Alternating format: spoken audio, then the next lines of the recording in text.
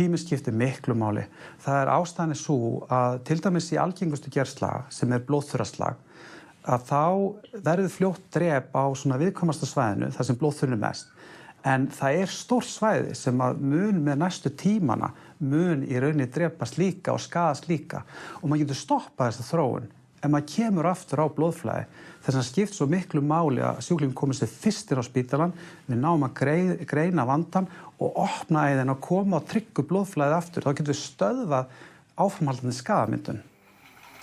Það var svo sólarhring eftir að Sindri kom inn á Landspítalann sem hann fékk fyrst einhverjar upplýsingar. Já, og svo mér tilkynnt það klukkan svona 10 á föstudagskvöldinu og þá kemur einhver ungur læknir inn og tilkynnir með það að það hafi fundist 2 blettir í hausnum á mér og segir mér ekki hvað það Ég spyr hann hvort það sé alvarlegt og hann segir að það sé alvarlegt. Þú ert ekkert alveg sáttur við alla þjónustuna sem þú fékkst á Landspítalanum?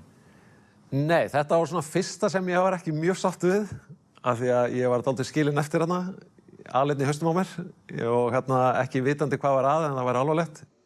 Næsta dag Sindra svo loks tilkynnt að hann hafi fengið heilablóðfall. Hann þá fluttur yfir á taugadeild spítalans. Ég fæ vitlaus lyf þar. Ég sendur í vitlausa myndatöku. Mér gefið röng fyrirmæli hvað ég má fá mér fyrir einhverja myndatöku sem ég átti að fara í og keyrður út á Hringbraut til þess að fara í þá myndatöku og svo skammaður yfir því að ég hafði fengið mér kaffi morguninn og sendur tilbaka.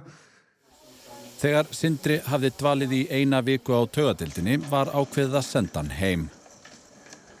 Og ég gat varla labbað á þeim tíma og jafnvægið mitt var náttúrulega bara alveg í rugli og hausinn á mér líka bara alveg í rugli og ég neitaði að fara heim og ég fæ að fara upp á sjúkrahótel upp á Hringbraut og þar í 2 vikur og á að fá einhverja sjúkraþjálfun þangað. Það kom aldrei neitt sjúkraþjálfari þangað, heldur lá ég bara inn á herbyggi. Eftir dvölina á sjúkrahótelinu var Sindri svo sendur heim.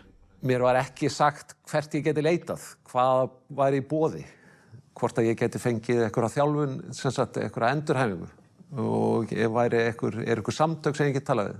Nei, ég var ekki upplýstur neitt í rauninni. Mín tilfinning var bara komunum út, við þurfum að fá rúm með hans.